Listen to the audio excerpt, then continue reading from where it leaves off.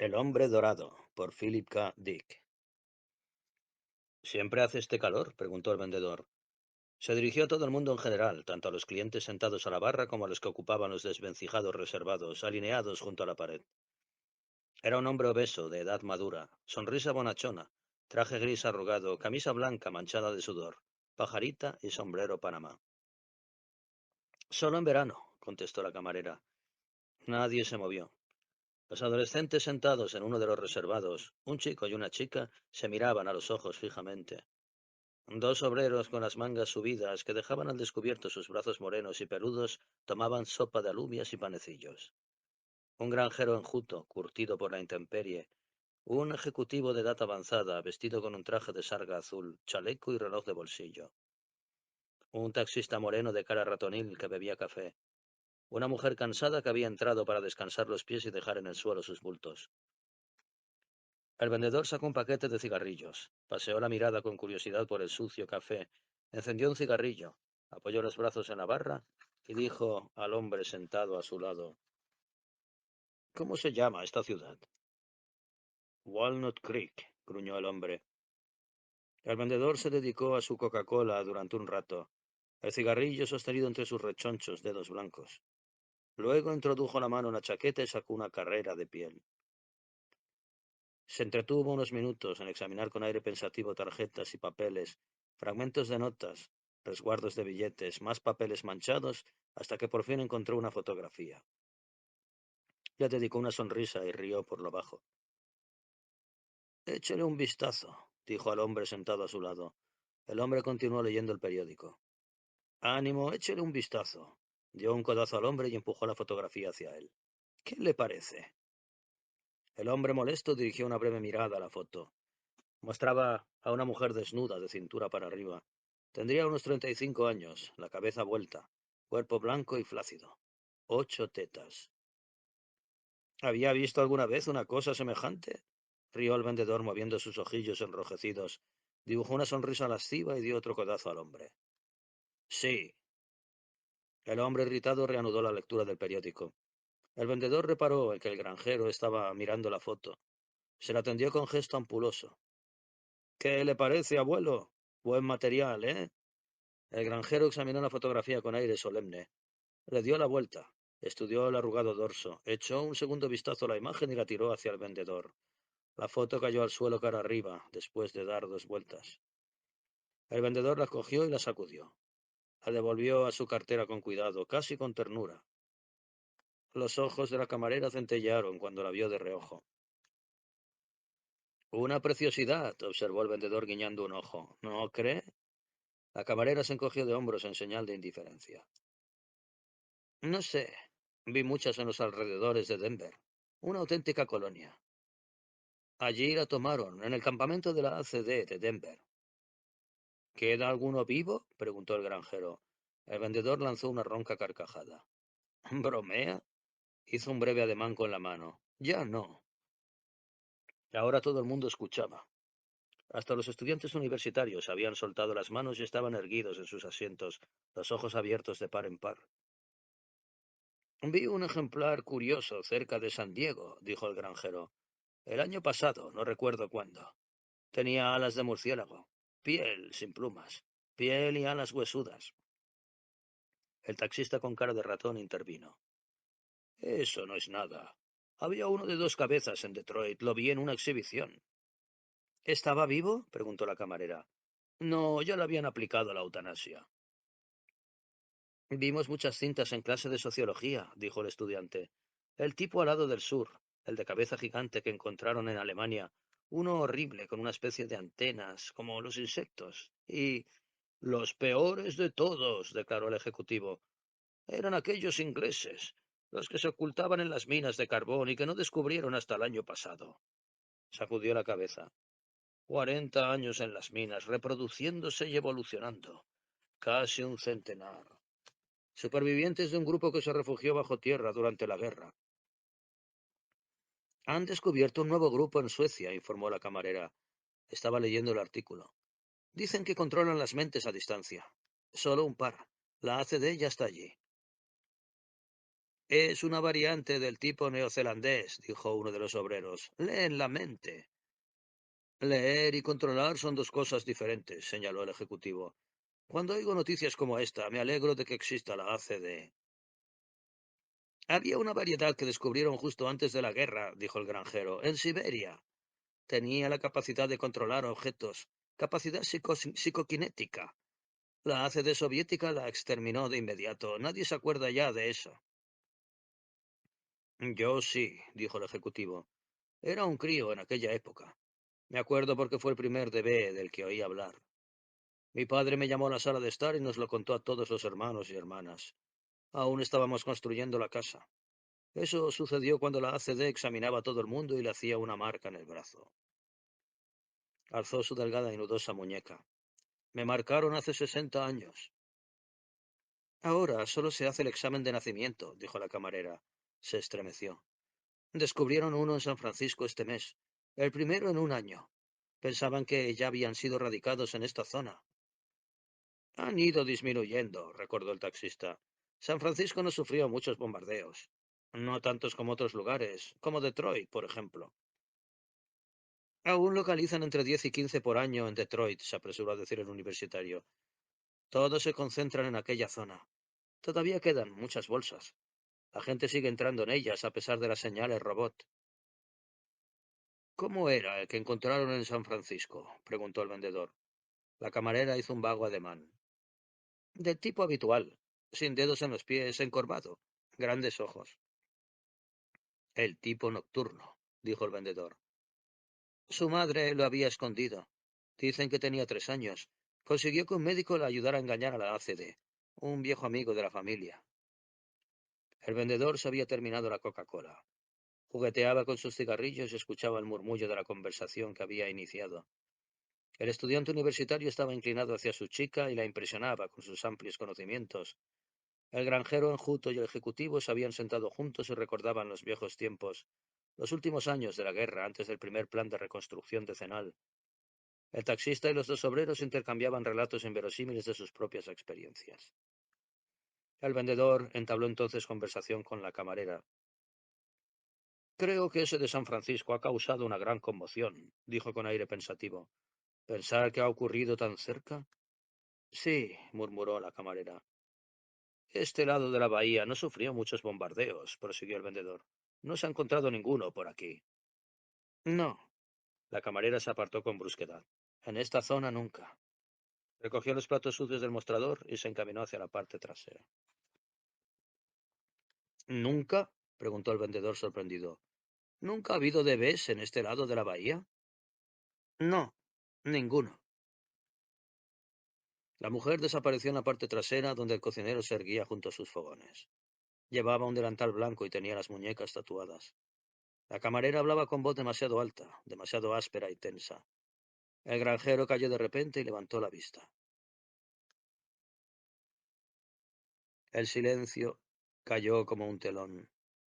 Todos los sonidos se interrumpieron al instante. Todos los presentes contemplaron sus platos tensos y sombríos de repente. No hubo ninguno por aquí, dijo el taxista en voz alta y clara, sin dirigirse a nadie en particular. Jamás. Claro, se apresuró a decir el vendedor. Solo estaba. Procure metérselo en la cabeza, dijo un obrero. El vendedor parpadeó. Claro, amigo, claro. Rebuscó en su bolsillo con nerviosismo. Un par de monedas cayeron al suelo y las recogió enseguida. No pretendía ofenderles. Se hizo de nuevo el silencio. Después el estudiante habló, consciente por primera vez de que nadie decía nada. He oído algo, dijo dándose aires de importancia. Alguien comentó que había visto una de esas cosas cerca de la granja de los Johnson. Cállate, dijo el ejecutivo sin volverse. El muchacho, rojo como un tomate, se hundió en el asiento. Se miró las manos y tragó saliva. El vendedor pagó a la camarera su consumición. ¿Cuál es la ruta más rápida a San Francisco? Preguntó, pero la camarera ya se había alejado. La gente sentada ante la barra estaba absorta en su comida. Nadie levantó la cabeza. Comían en un silencio glacial, rostros hostiles, sombríos, concentrados en sus platos. El vendedor cogió su abultado maletín, abrió la puerta mosquitera y salió al sol cegador. Caminó hacia un baqueteado Buick de 1978, aparcado a pocos metros. Un policía de tráfico ataviado con camisa azul estaba a la sombra de un toldo y hablaba con una joven que llevaba un vestido de seda amarillo muy ceñido a su esbelto cuerpo. El vendedor se detuvo un momento antes de entrar en su coche. Agitó la mano en dirección al policía. Oiga, ¿conoce bien esta ciudad?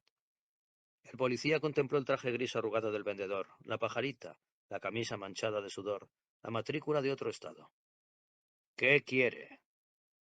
Busco la granja de los Johnson, contestó el vendedor. Debo verle por un litigio. Avanzó hacia el policía con una pequeña tarjeta blanca en la mano. Soy su abogado, del Colegio de Nueva York. ¿Puedo indicarme cómo se llega a su casa? Hace 2 años que no voy. Nat Johnson echó un vistazo al sol del mediodía y comprobó que era bueno. Se sentó sobre el peldaño inferior del porche, la pipa apretada entre sus amarillentos dientes. Era un hombre ágil y nervudo, de manos fuertes y cabello gris, todavía abundante pese a sus 65 años de vida activa, y vestía una camisa roja a cuadros y tejanos de lona. Miraba jugar a los niños. Jean pasó riendo frente a él, los pechos saltando bajo la camiseta, el cabello negro agitándose sobre su espalda. Tenía 16 años. Ojos brillantes, piernas fuertes y rectas, el cuerpo joven y esbelto, algo inclinado hacia adelante por el peso de las dos herraduras. Tras ella correteaba Dave, de 14 años, dientes blancos y cabello negro, un muchacho apuesto, un hijo del cual enorgullecerse. Dave alcanzó a su hermana, la dejó atrás y llegó a la estaca más alejada. Aguardó inmóvil, las piernas abiertas, los brazos en jarras, las dos herraduras cogidas con facilidad. Jan corrió hacia él, jadeante. Adelante, gritó Dave. Tira tú primero, te estoy esperando. ¿Para poder alejarlas? Para poder acercarlas. Jan tiró una herradura y agarró la otra con las dos manos, los ojos fijos en la distante estaca. Dobló su ágil cuerpo, echó una pierna atrás, arqueó la espalda, apuntó con cuidado, cerró un ojo y lanzó con un experto movimiento la herradura. Esta golpeó la lejana estaca con un ruido metálico, dio unas breves vueltas a su alrededor y después cayó a un lado. Se levantó una nube de polvo. No está mal, admitió Nat Johnson desde su peldaño. Demasiado fuerte. Tómatelo con más calma. Su pecho se hinchó de orgullo cuando el reluciente cuerpo de la muchacha apuntó y lanzó de nuevo. Dos hijos fuertes y guapos, a punto de madurar, jugando juntos bajo el caliente sol. Y también estaba Chris. Chris se hallaba de pie junto al porche, con los brazos cruzados. No jugaba. Se limitaba a mirar. Lo hacía desde que Dave y Jan habían empezado a jugar, con la misma expresión concentrada y absorta al mismo tiempo en su rostro, bellamente cincelado, como si mirara más allá de ellos dos, más allá del campo, del establo, del lecho del río, de las filas de cedros. Ven, Chris, gritó Jan mientras Dave y ella atravesaban el campo para recoger las herraduras. ¿Quieres jugar? No. Chris no quería jugar, nunca jugaba. Vivía en un mundo propio, un mundo en el que ninguno de ellos podía entrar. Nunca participaba en nada. Juegos, cánticos o actividades familiares. Siempre estaba solo, lejano, apartado, introvertido, aislado de todo y de todos, hasta que, de repente, algún mecanismo se disparaba y conectaba momentáneamente con el mundo de los demás. El hombre dorado, por Philip K. Dick. Nat Johnson golpeó la pipa contra el peldaño, sacó la bolsa de cuero que contenía el tabaco y la llenó de nuevo, sin apartar la vista de su hijo mayor. Chris había cobrado vida. Se dirigía al campo. Caminaba despacio, con los brazos cruzados, como si hubiera bajado de su mundo al otro unos instantes. Jean no le vio. Le daba la espalda y se disponía a tirar. Mira, dijo Dave sorprendido, ahí viene Chris. Chris llegó junto a su hermana, se detuvo y extendió una mano. Una figura impresionante, serena e impasible. Jean, vacilante, le pasó una herradura. ¿Quieres una? ¿Quieres jugar? Chris no dijo nada. Se inclinó levemente, un flexible arco de su cuerpo perfecto, y movió el brazo con gran velocidad. La herradura salió disparada, golpeó en la estaca y giró a su alrededor como un tío vivo. Aro. Dave hizo una mueca de desesperación. Es repugnante. Chris, no juegas limpio, le recriminó Jean. No, Chris. Chris no jugaba limpio. Había mirado durante media hora y luego tirado una vez. Un tiro perfecto. Un aro impecable. Nunca comete una equivocación, se quejó Dave. Chris permaneció inmóvil, el rostro inexpresivo. Una estatua dorada bañada por el sol de mediodía, cabello y piel dorados, una leve capa de vello dorado en sus brazos y piernas desnudos. De repente se puso en tensión. Nat se incorporó sorprendido. ¿Qué pasa? Ladró. Chris describió un veloz círculo, su magnífico cuerpo en estado de alerta.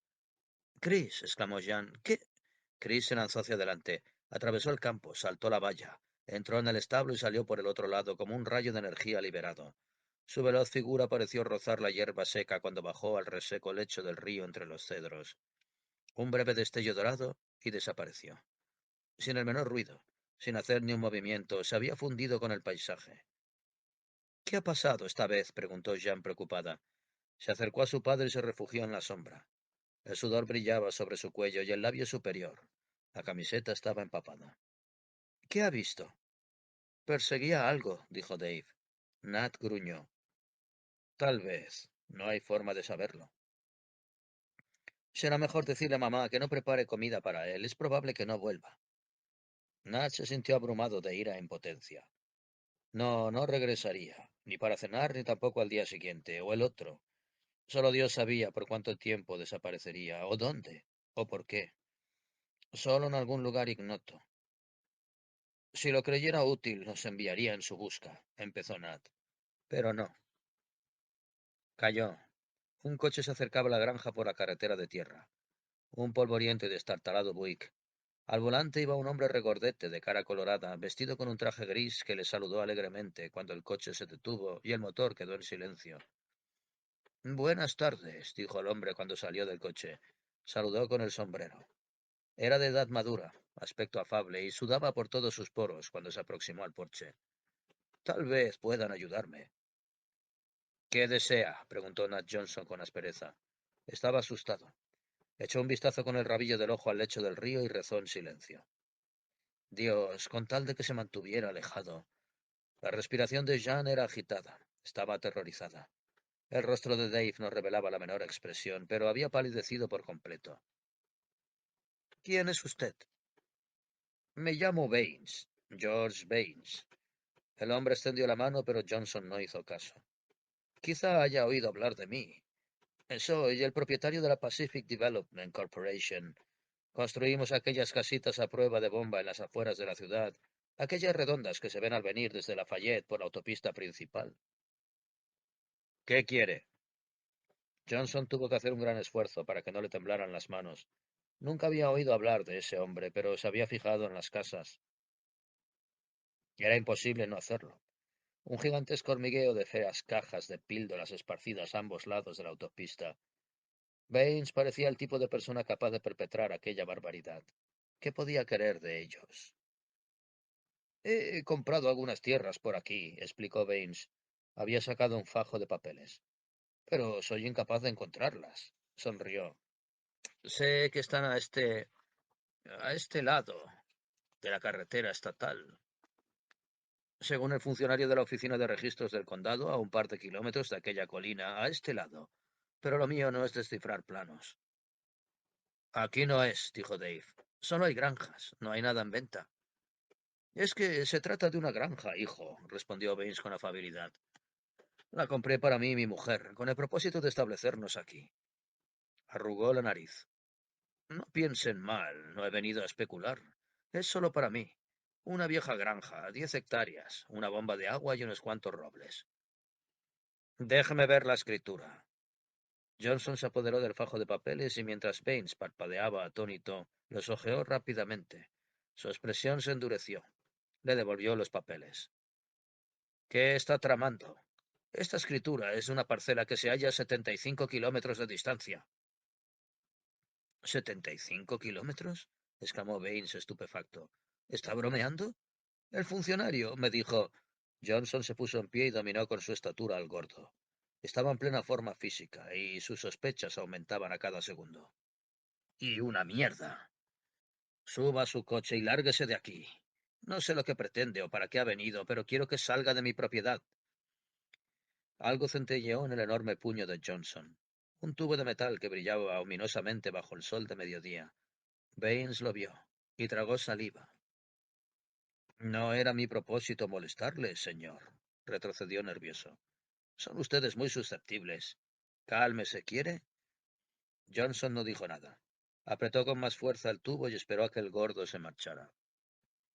Pero Baines insistió. Escuche, amigo, llevo conduciendo 5 horas en este horno, buscando ese maldito lugar. ¿Alguna objeción a que utilice los servicios? Johnson le contempló con suspicacia. Poco a poco la sospecha dio paso al desagrado. Se encogió de hombros. Dave, acompáñala al cuarto de baño. Gracias. Baines sonrió. Y si no le causo demasiadas molestias, quisiera un vaso de agua. Le pagaré. Lanzó una risita. No hay que permitir jamás a la gente de ciudad que se salga con la suya, ¿eh? Dios. Johnson se alejó asqueado, mientras el gordo seguía a su hijo al interior de la casa.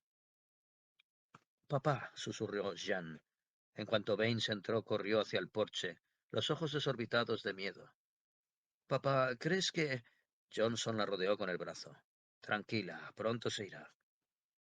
Los oscuros ojos de la muchacha traslucían un mudo terror. Cada vez que viene un hombre de la Compañía del Agua o un recaudador de impuestos, un vagabundo, niños, quien sea, noto un terrible dolor aquí. Apoyó la mano entre sus pechos sobre el corazón. Siempre lo mismo durante 13 años. ¿Cuánto tiempo más tendremos que aguantar esto? ¿Cuánto?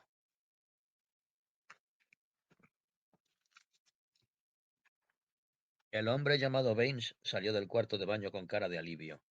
Dave Johnson esperaba en silencio junto a la puerta, el cuerpo rígido, su juvenil rostro impenetrable. Gracias, hijo, suspiró Baines. ¿Me darás un vaso de agua fría? Se humedeció los gruesos labios. Después de conducir sin parar en busca de un cuchitril, viene un maldito agente de la propiedad y te la mete. Dave entró en la cocina. Mamá, este hombre quiere un vaso de agua. Papá ha dicho que podías dárselo. Dave le dio la espalda. Baines vio un momento a su madre, una mujer menuda de pelo gris que se encaminaba al fregadero con un vaso, el rostro enjuto y reseco, sin expresión. Entonces Baines salió corriendo por el pasillo, atravesó un dormitorio, abrió una puerta, se encontró frente a un ropero. Dio media vuelta, cruzó la sala de estar, entró en el comedor y atravesó otro dormitorio. En un instante había explorado toda la casa. Miró por una ventana el patio trasero, restos de una camioneta herrumbrada.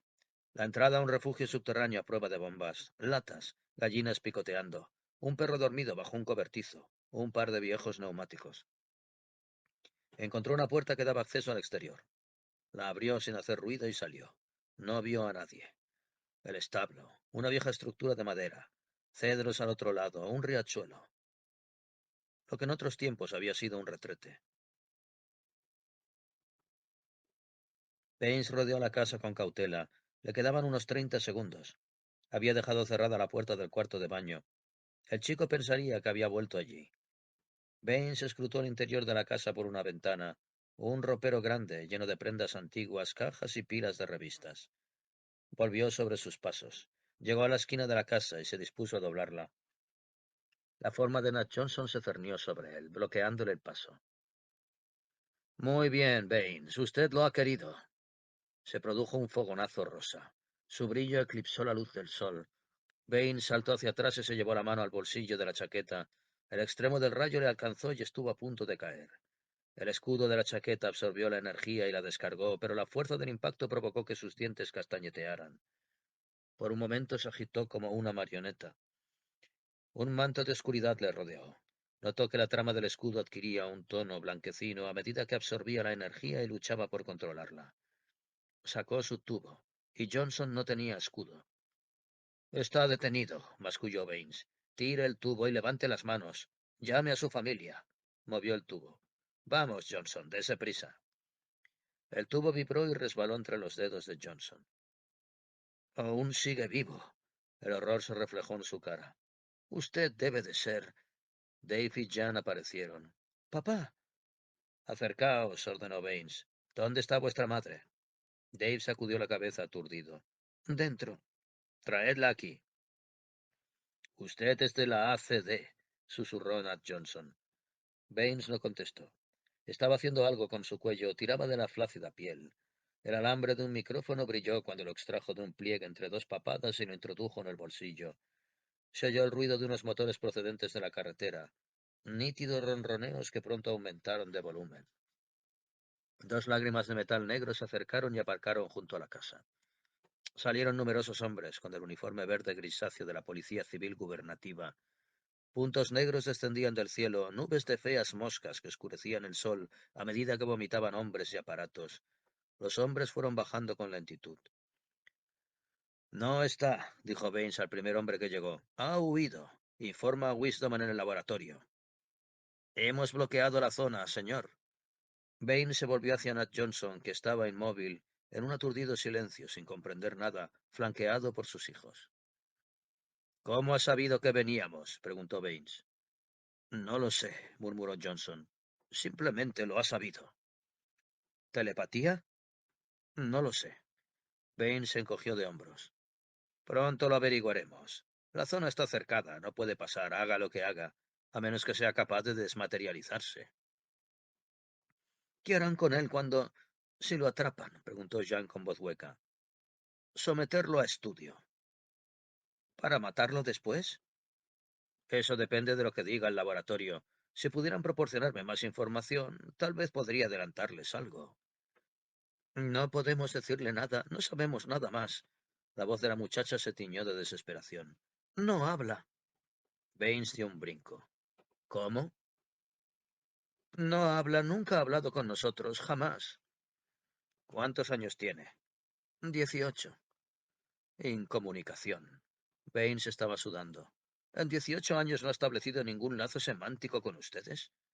¿Se comunica de alguna manera? ¿Señales? ¿Códigos? Él nos ignora. Come, vive con nosotros. A veces juega cuando nosotros jugamos o se sienta con nosotros. Ha pasado muchos días ausente. Nunca hemos podido averiguar qué hacía o dónde. Duerme en el establo, solo. ¿Es de color dorado? Sí. Piel, ojos, cabellos, uñas, todo. ¿Es grande? ¿Está bien formado? La muchacha tardó unos segundos en contestar. Una extraña emoción agitó sus facciones enjutas, un brillo momentáneo. Es increíblemente hermoso. Un dios en la tierra. Torció los labios. Ustedes no lo encontrarán. Hace cosas. Cosas que ustedes no pueden comprender. Poderes que exceden su limitada... ¿Cree que no le cazaremos? Baines frunció el ceño. No paran de aterrizar equipos. Nunca han visto a la agencia montar una operación. Nos hemos dedicado durante 60 años a erradicar a los bichos. Si se escapa, será la primera vez. Baines se interrumpió con brusquedad. Tres hombres se acercaban al porche a toda velocidad. Dos policías civiles vestidos de verde y un tercer hombre entre ellos. Un hombre que se desplazaba en silencio con agilidad. Una forma levemente luminosa que se alzaba sobre ellos. —¡Chris! —chilló Jean. —Le hemos cogido, señor —dijo un policía. Baines acarició su tubo inquieto. —¿Dónde? ¿Cómo? —Se ha entregado —respondió el policía con voz reverente—. Ha venido a nuestro encuentro voluntariamente. Fíjese en él, es como una estatua de metal, como una especie de dios. La figura dorada se detuvo un momento junto a Jean. Después se volvió con calma hacia Baines. —Chris —gritó Jean—, ¿por qué has vuelto? El mismo pensamiento devoraba a Baines. Lo apartó de su mente, de momento. —¿Está el avión dispuesto? Se apresuró a preguntar. —Listo para despegar. —Estupendo. Baines se dirigió hacia el campo. —Vámonos. Quiero llevarla ahora mismo al laboratorio. Durante un momento examinó a la alta figura que se erguía entre dos policías civiles. A su lado daba la impresión de que se habían encogido, transformado en algo desgarbado y repelente, como pigmeos. ¿Qué había dicho Jean? Un dios en la tierra. Baines desechó estos pensamientos irritado. Vamos, murmuró. Puede que este sea difícil. Nunca nos habíamos topado con uno parecido. No sabemos de qué diablos es capaz. La habitación estaba desierta, a excepción de la figura sentada. Cuatro paredes desnudas, el techo y el suelo. Un rayo constante de luz blanca brillaba desde cada esquina de la estancia. Cerca de la parte superior de la pared más alejada se distinguía una ranura, una ventana a través de la cual se podía observar la habitación. La figura sentada estaba inmóvil. No se había movido desde que la estancia se había cerrado con llave y candado, desde que una fila de técnicos había tomado posiciones frente a la ranura. Tenía la vista clavada en el suelo, la espalda encorvada, las manos enlazadas, el rostro sereno, casi inexpresivo. No había movido un músculo en 4 horas. ¿Y bien? Preguntó Baines. ¿Qué han averiguado? Wisdom emitió un gruñido. No mucho. Si no hemos obtenido ninguna información dentro de 48 horas, llevaremos a cabo la eutanasia. No podemos correr riesgos. Está pensando en el tipo tunecino. Él también. Habían encontrado 10 ejemplares que vivían en las ruinas de la ciudad abandonada de África del Norte. Su método de supervivencia era sencillo. Mataban y absorbían otras formas de vida, las imitaban y sustituían. Los llamaban camaleones. Había costado 60 vidas antes de que el último fuera destruido. 60 expertos de primera clase, hombres de la ACD muy bien entrenados. ¿Alguna pista? Preguntó Baines. Es muy diferente. Nos va a costar muchísimo. Wisdom señaló un montón de grabaciones. Ahí tiene el informe completo, todo lo que arrancamos a Johnson y a su familia. Les aplicamos un lavado de cerebro y después los mandamos a casa. 18 años, sin ningún lazo semántico. Sin embargo, parece que ha alcanzado el pleno desarrollo. Maduro a los 13 años. Un ciclo vital más rápido y breve que el nuestro. Lo que me preocupa es la crin dorada, como un monumento romano cubierto de una película dorada. ¿La sala de análisis ha entregado ya el informe? Supongo que habrán examinado sus ondas. Se le ha practicado un encefalograma, pero descifrarlo lleva su tiempo. Todos dando vueltas como locos y él sentado ahí tan tranquilo. Wisdom indicó la ventana con un dedo rechoncho.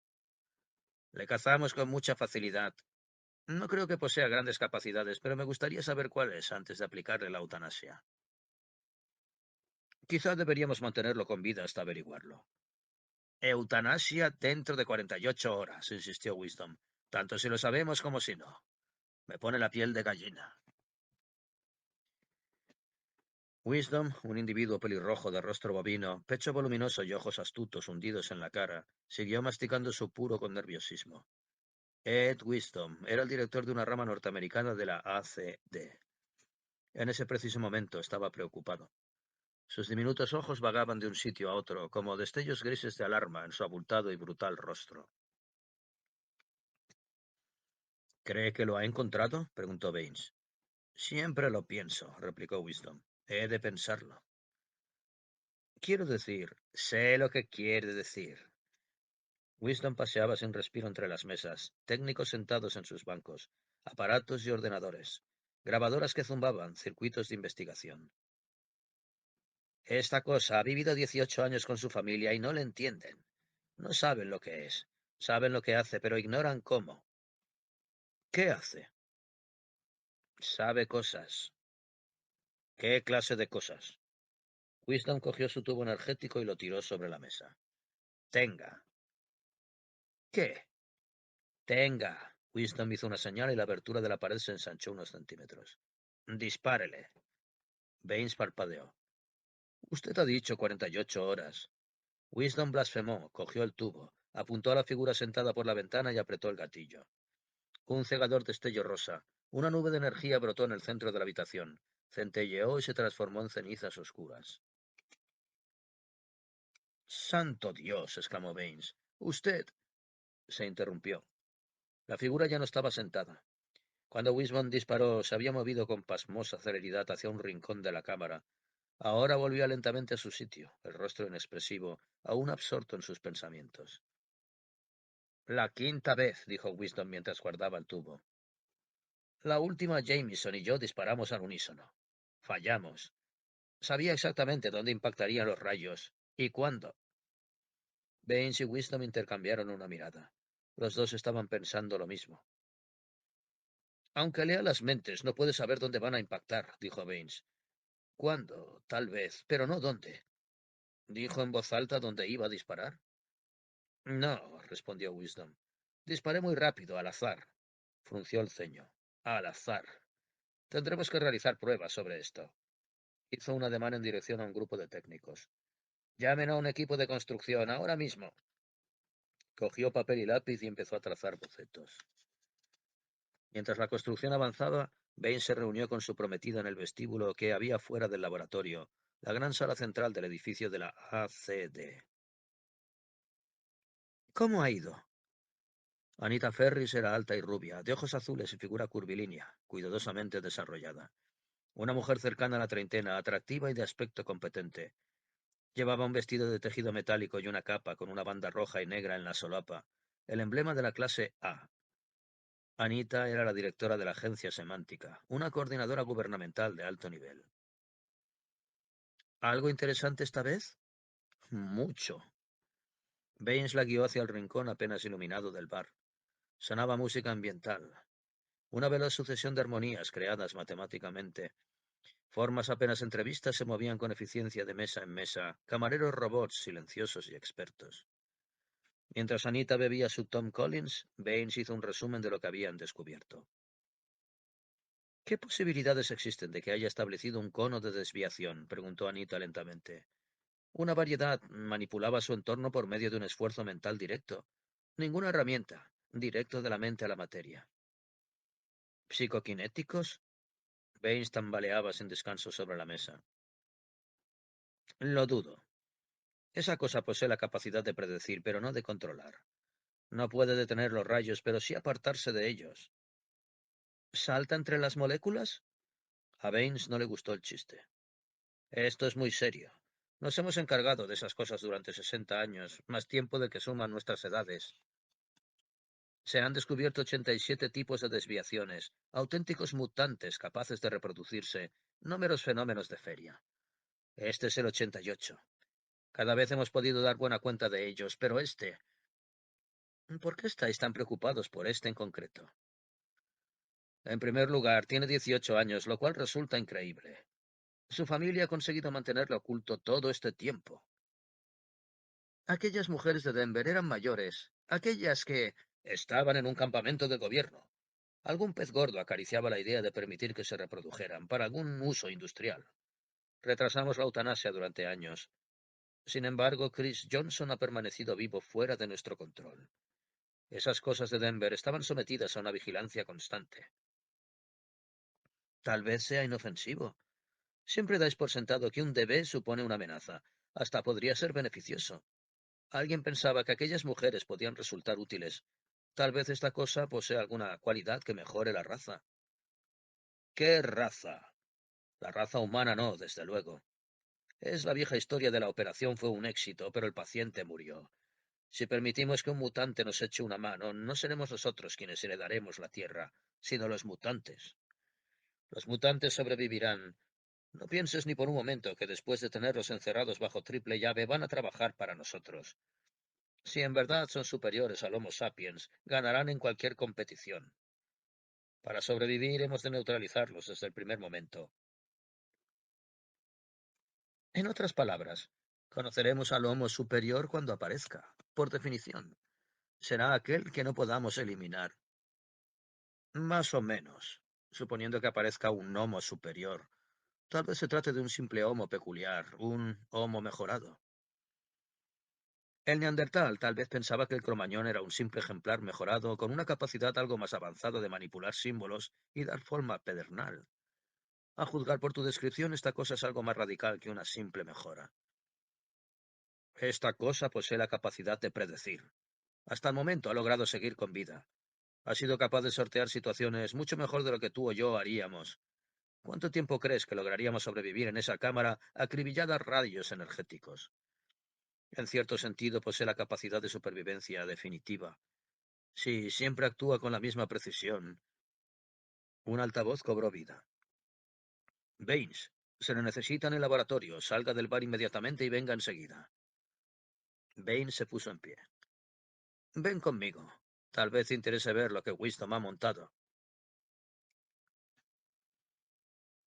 Un nutrido grupo de oficiales superiores pertenecientes a la ACD, todos de edad madura y cabello gris, formaban un círculo y escuchaban a un joven flaco con las mangas de la camisa blanca subidas, que describía el funcionamiento de un complicado cubo de plástico y metal situado en el centro de la plataforma de observación. Del cubo surgía una serie de tubos y cañones centelleantes que desaparecían en el interior de un intrincado laberinto de cables. Esta será la primera prueba auténtica, decía el joven con entusiasmo. Dispara al azar, lo más al azar posible, al menos. Bolas pesadas salen disparadas por un chorro de aire y luego caen. Pueden caer describiendo cualquier trayectoria. El aparato dispara de acuerdo con la trayectoria de las bolas. Cada caída produce una nueva configuración de tiempo y posición. 10 tubos en total, cada uno en constante movimiento. ¿Y nadie sabe cómo saldrán disparadas? Preguntó Anita. Nadie. Wisdom se frotó sus gruesas manos. Leer la mente no le servirá de nada. Anita se acercó a una de las ventanas mientras el cubo ocupaba su lugar. Lanzó una exclamación. ¿Qué pasa? Preguntó Baines. Las mejillas de Anita se tiñeron de púrpura. Esperaba una cosa. Dios santo, es hermosísimo. Como una estatua de oro, como una deidad. Baines rió. Tiene 18 años, Anita, demasiado joven para ti. La mujer no cesaba de mirar por la abertura. Fíjate bien, ¿18? No puedo creerlo. Chris Johnson estaba sentado en el suelo, en el centro de la habitación. Había adoptado una postura contemplativa, la cabeza gacha, los brazos cruzados, las piernas dobladas bajo el cuerpo. Su musculosa forma brillaba bajo las crudas luces procedentes del techo, como una resplandeciente figura de vello dorado. Guapo, ¿eh? Masculló Wisdom. Muy bien, vamos a empezar. ¿Van a matarle? Preguntó Anita. Vamos a intentarlo. Pero es que... vaciló un momento. No es un monstruo. No es como los demás, aquellos asquerosos seres de 2 cabezas, o aquellos insectos, o aquellas cosas horrorosas de Túnez. ¿Qué es, pues? Preguntó Baines. No lo sé, pero no podéis matarle así como así. Es terrible. El cubo cobró vida. Los cañones se agitaron y cambiaron de posición en silencio. 3 desaparecieron en el interior del cubo, otros surgieron. Se colocaron en posición con rapidez y eficiencia, y de repente, sin previo aviso, abrieron fuego. Brotó una salva de energía, una compleja configuración que cambiaba a cada momento, adoptando diferentes ángulos, diferentes velocidades. Una mancha desconcertante que surgía de las aberturas. La figura dorada se movió. Esquivó con destreza los rayos de energía que le atacaban por todas partes. Nubes de ceniza le ocultaban a la vista. Basta, gritó Anita. Por el amor de Dios, vais a destruirle. La cámara era un infierno de energía. La figura había desaparecido por completo. Wisdom esperó un momento y después cabeceó en dirección a los técnicos que manipulaban el cubo. Tocaron unos botones y los cañones se enmudecieron. Algunos se hundieron en el tubo. Se hizo un gran silencio. El motor del cubo dejó de zumbar. Chris Johnson seguía vivo. Surgió de las nubes de ceniza ennegrecido y chamuscado, pero ileso. Había esquivado todos los rayos, como un bailarín que danzara sobre puntos de fuego rosa. Había sobrevivido. No, murmuró Wisdom tembloroso y colérico. No es un telépata. Los disparos han sido al azar, sin programación previa. Los 3 se miraron confusos y asustados. Anita temblaba. Estaba pálida y tenía los ojos desorbitados. ¿Y ahora qué? Susurró. ¿Qué es? ¿Cuál es su especialidad? Posee buena intuición, sugirió Wisdom. No es intuición, contestó Baines. Desengáñese. Esa es la cuestión. No, no es intuición, aceptó Wisdom. Sabe. Ha predicho cada impacto. Me pregunto si puede equivocarse. ¿Puede cometer un error? Le cogimos, señaló Baines. Usted dijo que se entregó voluntariamente. Había un brillo extraño en los ojos de Wisdom. ¿Se entregó después de que se cerrara el cerco? Sí, después. No pudo romper el cerco, de modo que regresó. Wisdom sonrió con ironía. El cerco fue perfecto, en teoría. De haber existido una sola brecha, murmuró Baines, lo habría sabido. La habría encontrado. Wisdom ordenó a un grupo de guardias armados que se acercara. Sáquelo de ahí y llévenlo a la sala de eutanasia. Wisdom, usted no puede, chilló Anita. Nos lleva demasiada ventaja. No podemos competir con él. La mirada de Wisdom era impecable. Nosotros solo podemos intuir lo que va a pasar. Él lo sabe, sin la menor duda. No creo que le sirva de nada para la eutanasia. La cámara se llena de gas en un instante. Hizo un ademán impaciente a los guardias. Adelante, bájenlo ahora mismo. No pierdan tiempo. ¿Podremos? Murmuró Baines pensativo. Los guardias tomaron posición junto a uno de los candados. La torre de control abrió la puerta. Dos de ellos entraron con cautela con los tubos energéticos preparados. Chris estaba de pie en el centro de la cámara, dándoles la espalda. Permaneció en silencio un instante completamente inmóvil. Los guardianes procedieron a rodearle cuando otros entraron en la cámara. Entonces, Anita chilló. Wisdom blasfemó. La figura dorada se giró en redondo y saltó hacia adelante a velocidad meteórica. Dejó atrás la triple fila de guardias, atravesó la puerta y salió al pasillo. ¡Cójanlo! Gritó Baines. Surgieron guardias por todas partes. Rayos de energía iluminaron el pasillo mientras la figura corría entre ellos hacia la rampa. Es inútil, dijo Wisdom con calma. No hay forma de alcanzarlo. Tocó un botón, luego otro. Quizá esto nos sirva de ayuda. ¿Qué? Empezó Baines, pero la veloz figura cargó contra él y tuvo que saltar a un lado. La figura se alejó. Corría sin esforzarse, el rostro inexpresivo, saltando para evitar los rayos de energía que le disparaban. Por un instante el rostro dorado se cernió sobre Baines. Pasó y desapareció por un pasillo lateral. Los guardias corrieron tras él, se arrodillaron y dispararon, gritaron órdenes muy nerviosos. Cañones pesados empezaron a desplazarse por las entrañas del edificio. Los pasillos de emergencia se iban sellando sistemáticamente. ¡Santo Dios! Jadeó Baines cuando logró ponerse en pie. ¿Solo sabe correr? Ordené que aislaran el edificio, dijo Wisdom. No hay salida. No se puede entrar ni salir. Anda suelto por el edificio, pero no saldrá. Si se ha pasado por alto alguna salida, él lo sabrá, señaló Anita temblorosa. No hemos pasado por alto ninguna. Lo cogimos una vez. Volveremos a cogerlo. Un mensajero robot entró y entregó su mensaje a Wisdom con ademán respetuoso. De análisis, señor. Wisdom abrió la cinta. Ahora sabremos cómo piensa. Le temblaban las manos. Quizá podamos deducir cuál es su punto débil.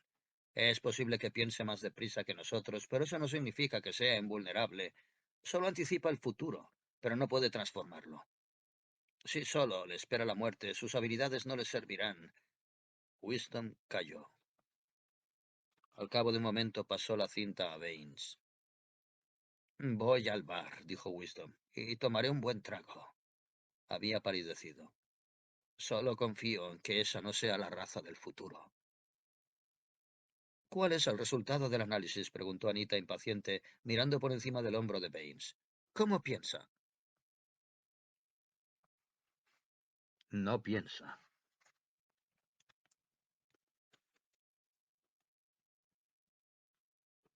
Baines contestó mientras devolvía la cinta a su superior. No piensa en absoluto. Carece del lóbulo frontal. No es un ser humano, no utiliza símbolos. No es más que un animal. Un animal, repitió Wisdom, con una sola facultad muy desarrollada. No es un hombre superior, ni siquiera es un hombre. Guardias y máquinas recorrían los pasillos del edificio. Cantidades ingentes de policías civiles entraban en el edificio y tomaban posición junto a los guardias. Los pasillos y habitaciones se examinaban uno por uno y se sellaban. Tarde o temprano la figura dorada de Chris Johnson sería localizada y acorralada. Siempre temimos que apareciera un mutante provisto de poderes intelectuales superiores, reflexionó Baines. Un DB que fuera para nosotros lo que nosotros somos para los grandes simios. Un ente con el cráneo abultado, telépata, con un sistema semántico perfecto, extraordinaria capacidad de simbolización y cálculo, un desarrollo coherente con la evolución seguida hasta ahora. Un ser humano mejorado. Actúa por reflejos, dijo Anita en tono pensativo. Había cogido el análisis y lo estaba examinando, sentada ante uno de los escritorios. Reflejos. Como un león. Un león dorado. Apartó la cinta con una extraña expresión en el rostro. El dios león. El animal, la corrigió Wisdom. El animal rubio, querrás decir. Corre deprisa, dijo Baines, y punto. Carece de herramientas, no construye ni utiliza nada, aparte de su cuerpo. Aguarda la oportunidad y se pone a correr como un demonio. Es peor de lo que habíamos pensado, comentó Wisdom. Su bovino rostro estaba pálido. Se había desmoronado como un anciano y sus manos temblaban. Ser sustituidos por un animal, algo que corre y se esconde, algo sin lenguaje, escupió salvajemente. Por eso no pudimos comunicarnos con él. Nos preguntábamos qué clase de sistema semántico tenía, y no tiene ninguno. No posee mayor capacidad de hablar ni de pensar que un perro. Eso significa que la inteligencia ha fracasado, continuó Baines. Somos los últimos de nuestra especie, como el dinosaurio. Hemos forzado la inteligencia al máximo, demasiado tal vez. Hemos llegado a un punto en que de tanto saber, de tanto pensar, ya no podemos actuar. Hombres de pensamiento, no hombres de acción, dijo Anita. Comienza a obrar un efecto paralizante. Pero esta cosa, la facultad de esta cosa funciona mejor que la nuestra. Somos capaces de recordar experiencias pasadas, almacenarlas en la mente, aprender de ellas. A lo sumo, somos capaces de realizar perspicaces previsiones de futuro a partir de lo que recordamos del pasado. Pero nunca podemos estar seguros. Tenemos que hablar de probabilidades. Gris. Nada de blanco o negro, solo hacemos conjeturas. Chris Johnson no hace conjeturas, añadió Anita. Puede ver el futuro, lo que se avecina. Puede prepensar, llamémoslo así. De hecho, no es probable que perciba el futuro como tal. No, dijo Anita pensativa. Debe de parecerle el presente. Tiene un presente más amplio, pero su presente se extiende hacia adelante, no hacia atrás. Nuestro presente está relacionado con el pasado. Para nosotros solo el pasado es seguro. Para él, el futuro es seguro. Y es muy probable que no recuerde el pasado, como los animales no recuerdan lo ya sucedido. A medida que evolucione, dijo Baines, a medida que su raza evolucione, su capacidad de prepensar aumentará. En lugar de 10 minutos, 30 minutos, después una hora, un día, un año. Por fin será capaz de anticipar toda una vida. Cada uno vivirá en un mundo sólido, inmutable. No habrá variables, ni incertidumbre, ni el menor movimiento. No tendrán nada que temer. Su mundo será perfectamente estático. Un bloque sólido de materia. Y cuando llegue la muerte, dijo Anita, lo aceptarán. No se opondrán. Para ellos será como si ya hubiese ocurrido. Como si ya hubiese ocurrido, repitió Baines. Para Chris nuestros rayos ya habían sido disparados. Lanzó una áspera carcajada. Capacidad de supervivencia superior no equivale a hombre superior. Si hubiera otro diluvio universal, solo los peces sobrevivirían. Si hubiera otra era glacial, es probable que solo quedaran los osos polares. Cuando abrimos la puerta, ya había visto a los hombres. Había visto exactamente dónde estaban y qué iban a hacer.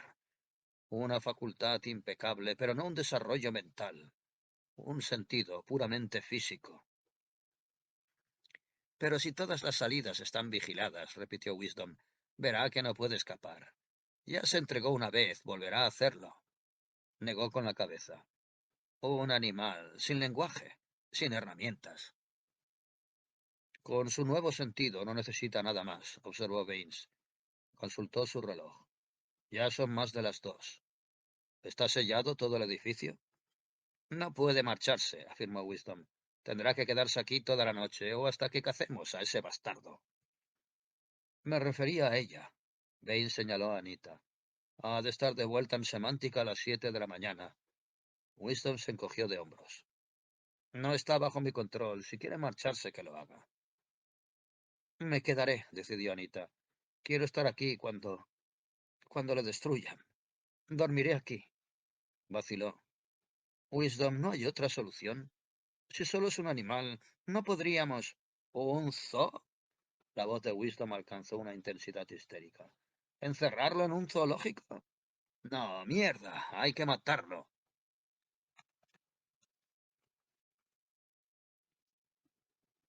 La gran forma brillante estuvo acuclillada en las tinieblas durante largo tiempo.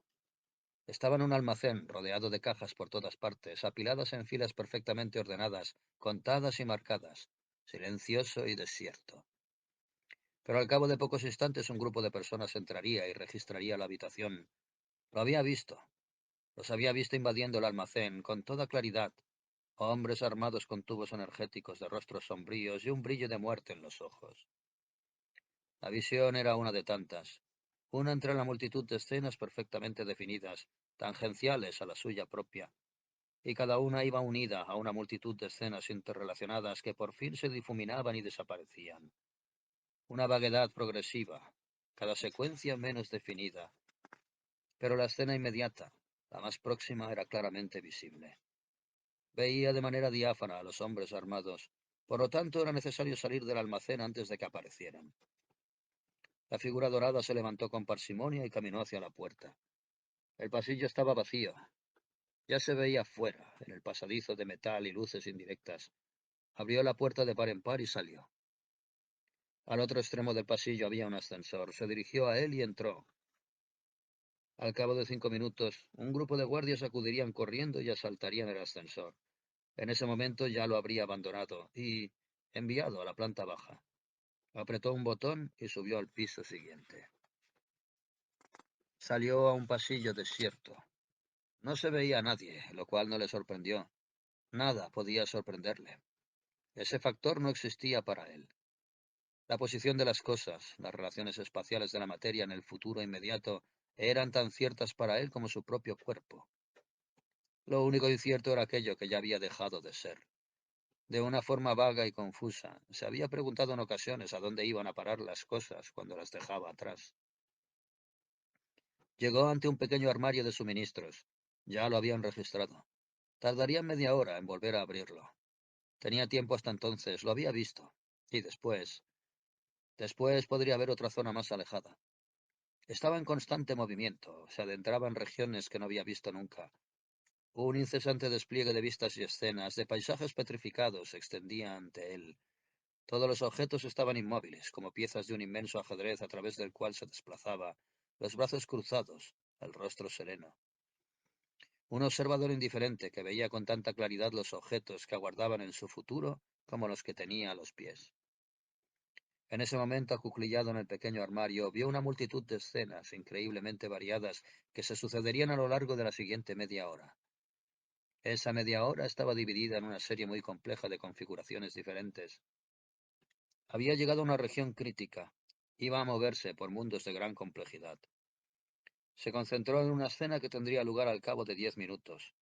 Mostraba, como una diapositiva en 3 dimensiones, un pesado cañón situado al final del pasillo, arrastrado hacia el otro extremo.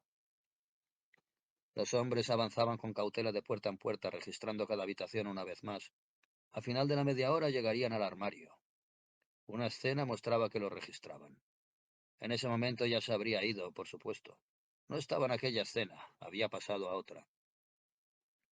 La siguiente escena mostraba una salida, vigilada por una sólida línea de guardias. No había forma de escapar. Estaba en aquella escena, escondido en un hueco junto a la puerta. Se veía la calle, estrellas, luces, la silueta de coches y personas que pasaban. En la siguiente escena se había alejado de la puerta, no había escapatoria. En otra se veía a sí mismo en otras salidas, una legión de figuras doradas, duplicadas una y otra vez, mientras exploraba regiones futuras. Todas las salidas estaban vigiladas. En una escena borrosa se veía carbonizado y muerto. Había intentado cruzar la línea de guardias. Pero la escena era vaga, una más entre muchas. El camino inflexible que seguía no se desviaría de aquella dirección. No le depararía tal suerte. La figura dorada de aquella escena, el muñeco en miniatura que aquella habitación, solo estaba lejanamente relacionado con él. Era él, pero un yo muy remoto, un yo al que nunca encontraría. Lo olvidó y procedió a examinar otra escena. La miríada de escenas que lo rodeaban formaba un complicado laberinto, una telaraña que examinó fragmento a fragmento. Contempló una casa de muñecas con infinitas habitaciones, habitaciones sin fin, cada una con sus muebles y muñecas rígidas e inmóviles. Las mismas muñecas y los mismos muebles se repetían en muchas de ellas. Él aparecía a menudo. Los dos hombres de la plataforma. La mujer. La misma combinación se repetía sin cesar. La obra se volvía a representar con frecuencia. Los mismos actores y comparsas se combinaban de mil formas diferentes. Antes de que llegara el momento de abandonar el armario de suministros, Chris Johnson había examinado cada una de las habitaciones tangenciales a la que ahora ocupaba. Las había explorado todas, inspeccionando su contenido exhaustivamente. Abrió la puerta y salió con calma al pasillo. Sabía con toda exactitud a dónde iba y lo que debía hacer. Acurrucado en el armario, había examinado con destreza todas las miniaturas de sí mismo. Había observado la diáfana configuración que le aguardaba en su inflexible camino, una habitación de la casa de muñecas, una elegida entre miles, hacia la cual avanzaba. Anita se quitó el vestido de tejido metálico, lo colgó de una percha, se desabrochó los zapatos y los tiró debajo de la cama. Iba a quitarse el sujetador cuando la puerta se abrió. Tragó saliva. La gran figura dorada, con calma en completo silencio, cerró la puerta con llave. Anita cogió el tubo energético que había sobre el tocador. Todo su cuerpo temblaba. ¿Qué quieres? Preguntó. Sus dedos se cerraron convulsivamente alrededor del tubo. Te mataré. La figura la contempló en silencio, con los brazos cruzados. Era la primera vez que Anita tenía ocasión de ver a Chris Johnson de cerca. El rostro solemne, hermoso e impasible. El pecho ancho, el vello dorado, la piel dorada. ¿Por qué? Preguntó sin aliento. Su corazón latía violentamente. ¿Qué quieres? Podía matarlo con facilidad, pero el tubo energético vaciló. Chris Johnson no demostraba el menor temor. ¿Por qué? No comprendía lo que era el tubo de metal, lo que podía hacerle. Por supuesto, exclamó Anita de súbito. Anticipas lo que va a ocurrir. Sabes que voy a matarte, de lo contrario no habrías venido. Enrojeció aterrorizada y turbada. Él sabía exactamente lo que Anita iba a hacer. Lo veía con tanta claridad como ella veía las paredes de la habitación. La cama empotrada con las sábanas impecablemente retiradas, sus ropas colgadas en el armario, el bolso y los objetos esparcidos sobre el tocador. Muy bien. Anita retrocedió y dejó el tubo sobre el tocador. No te mataré. ¿Para qué? Buscó en el bolso sus cigarrillos. Encendió uno con mano temblorosa, el pulso acelerado. Estaba asustada y extrañamente fascinada. ¿Esperas quedarte aquí? No te servirá de nada. Ya han registrado 2 veces el dormitorio. Volverán. ¿La entendía? No leyó nada en su cara, excepto una inexpresiva gravedad. Dios, era enorme. No era posible que solo tuviera 18 años, apenas un muchacho. Parecía un dios dorado descendido a la tierra. Desechó esos pensamientos. No era un dios, era un animal. El animal rubio que sustituiría al hombre, que expulsaría al hombre de la tierra. Anita se apoderó del tubo. Largo de aquí, eres un animal grande y estúpido, ni siquiera entiendes lo que digo, ni siquiera tienes un lenguaje, no eres humano. Chris Johnson permaneció en silencio, como si estuviera esperando. ¿Esperando a qué? No demostraba temor ni impaciencia, aunque en el pasillo se oía el estruendo de los registros que se llevaban a cabo. Metal contra metal, cañones y tubos energéticos arrastrados de un sitio a otro, gritos y sonidos apagados a medida que se iba clausurando sección tras sección. Te cogerán, dijo Anita. Te encontrarán aquí. Registrarán esta ala de un momento a otro. Apagó el cigarrillo con brusquedad. Por el amor de Dios, ¿qué esperas que haga? Chris avanzó hacia ella. Anita retrocedió, sus fuertes manos la aferraron, y ella lanzó un gemido de terror. Por un momento se debatió ciega, desesperadamente. ¡Suéltame! Consiguió liberarse y se alejó de él. El rostro de Chris no mostraba la menor expresión. Se acercó a ella con calma. Un dios impasible que se disponía a poseerla. ¡Aléjate! Tanteó en busca del tubo energético, pero el aparato resbaló de sus dedos y cayó al suelo. Chris se agachó y lo cogió. Se lo ofreció sobre la palma abierta de su mano. ¡Santo Dios! Susurró Anita. Aceptó el tubo temblorosa, lo asió vacilante y volvió a dejarlo sobre el tocador. La gran figura dorada parecía brillar bajo la débil luz de la habitación, recortada contra la oscuridad. Un dios. No, un dios no, un animal. Una gran bestia dorada carente de alma. Estaba confusa. ¿Era una de ambas cosas o las dos a la vez? Sacudió la cabeza, perpleja. Era tarde, casi las 4. Estaba agotada y confundida. Chris la tomó en sus brazos. Levantó su rostro con delicadeza y la besó. Sus poderosas manos la aferraron. Anita no podía respirar. La oscuridad mezclada con la niebla dorada luminosa daba vueltas a su alrededor sin cesar, disolviendo sus sentidos. Se entregó a esa ebriedad agradecida. La oscuridad la cubrió y disolvió en un torrente henchido de fuerza pura que aumentaba de intensidad a cada momento hasta que su rugido chocó contra ella y lo borró todo por fin. Anita parpadeó. Se irguió y se arregló el cabello de forma automática. Chris estaba de pie ante el ropero, sacando algo. Se volvió hacia ella y tiró algo sobre la cama. Su capa de viaje, hecha de pesado tejido metálico. Anita contempló la capa sin comprender. ¿Qué quieres? Chris esperó junto a la cama. Anita cogió la capa indecisa. Un escalofrío recorrió todo su cuerpo. ¿Quieres que te saque de aquí? Dijo en voz baja. Burlar a los guardias y la PC. Chris no dijo nada. Te matarán al instante. Se puso en pie, vacilante. No puedes huir de ellos. Dios santo, ¿es que solo sabes correr? Tiene que haber una forma mejor. Tal vez pueda apelar a Wisdom. Soy de clase A, la clase dirigente. Puedo acudir sin más al directorio. Podría lograr que retrasaran la eutanasia de manera indefinida. Si intentamos atravesar el cerco, tendremos una posibilidad entre 1.000.000. Se calló. Pero tú no juegas, continuó poco a poco. No actúas a tenor de las posibilidades. Sabes lo que va a ocurrir, ya has visto las cartas. Escrutó su rostro. No, nunca te equivocas, es imposible. Permaneció unos momentos sumida en sus pensamientos. Después, con un rápido y decidido movimiento, cogió la capa y la deslizó sobre sus hombros desnudos. Se ciñó el pesado cinturón, se agachó y recuperó sus zapatos de debajo de la cama. Cogió el bolso y corrió hacia la puerta. Vamos, dijo. Su respiración era agitada y tenía las mejillas coloradas. Vámonos mientras podamos elegir alguna salida. Mi coche está fuera, en el aparcamiento situado a un lado del edificio. Llegaremos a mi casa dentro de 1 hora. Tengo una casa de invierno en Argentina. Si la situación empeora, volaremos hacia allí. Está en el campo, lejos de las ciudades. Selva y pantanos, aislada de casi todo. Hizo ademán de abrir la puerta. Chris se lo impidió, colocándose delante de ella. Esperó mucho rato, el cuerpo inmóvil. Después giró el pomo y salió al pasillo. Estaba desierto. No se veía a nadie.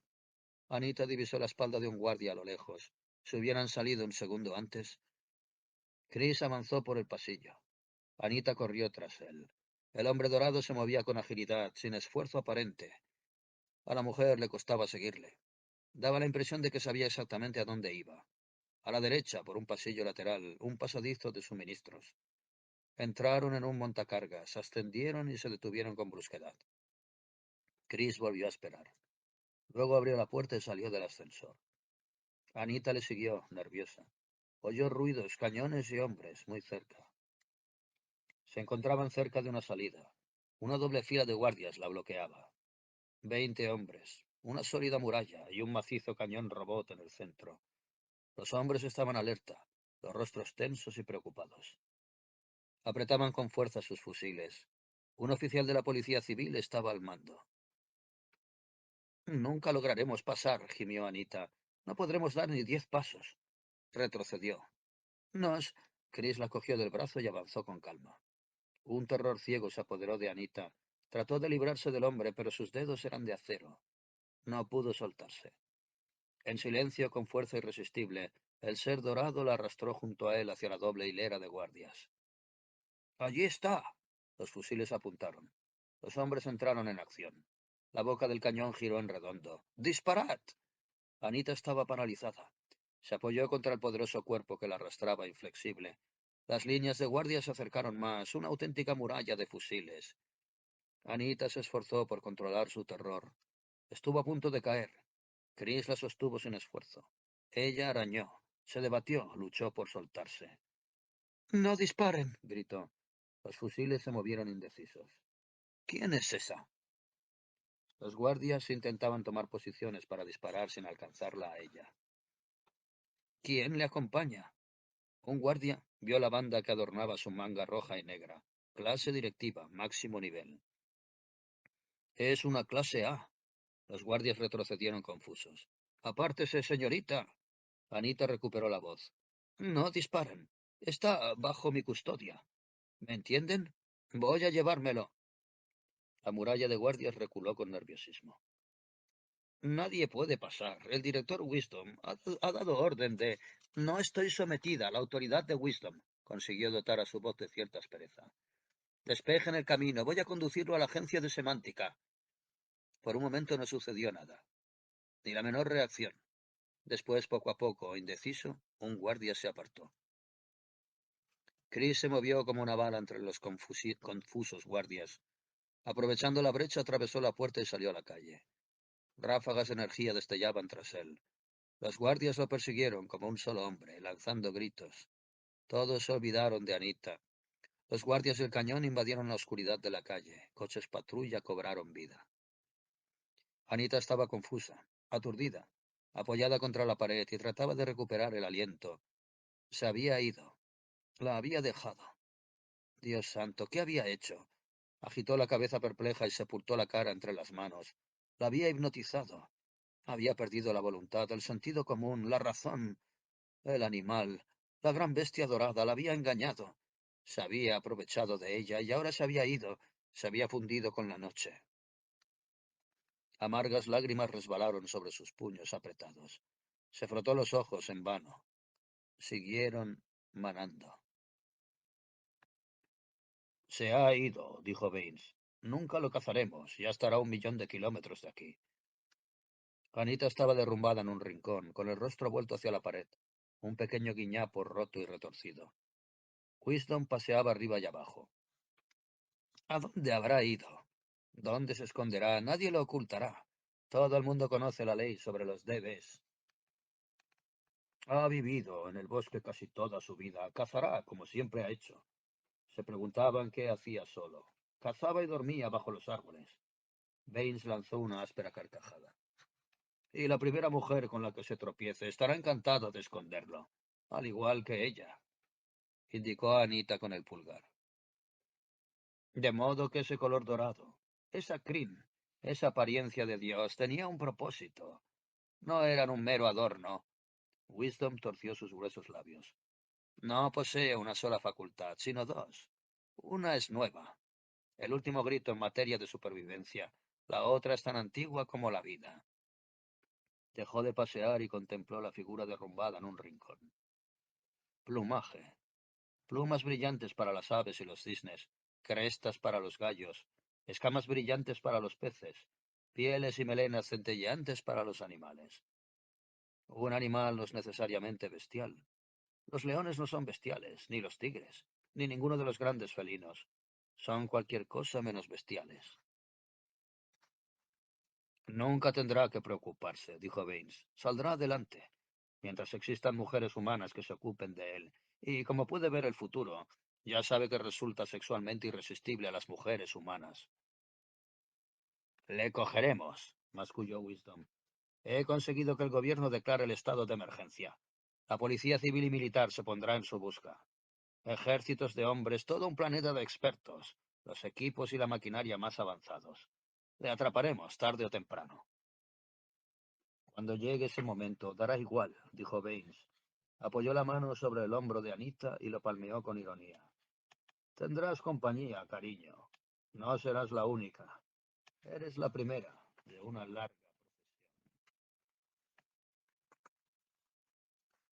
Gracias, graznó Anita.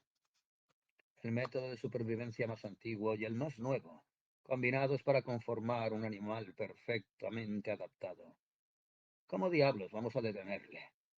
Podemos introducirte en un tanque de esterilización, pero no podremos localizarlas a todas las mujeres que se crucen en su camino. En cuanto pasemos una por alto, estamos acabados. No nos daremos por vencidos, dijo Wisdom. Cogeremos a todas las que podamos antes de que den a luz. Una leve esperanza relumbró en su rostro cansado y hundido. Quizá sus características sean recesivas. Quizá las nuestras puedan neutralizarlas. No apostaría ni un centavo por ello, contestó Baines. Creo que ya sé cuál de las dos tendencias dominará a la otra. Sonrió con ironía. Y creo estar en lo cierto. No será la nuestra.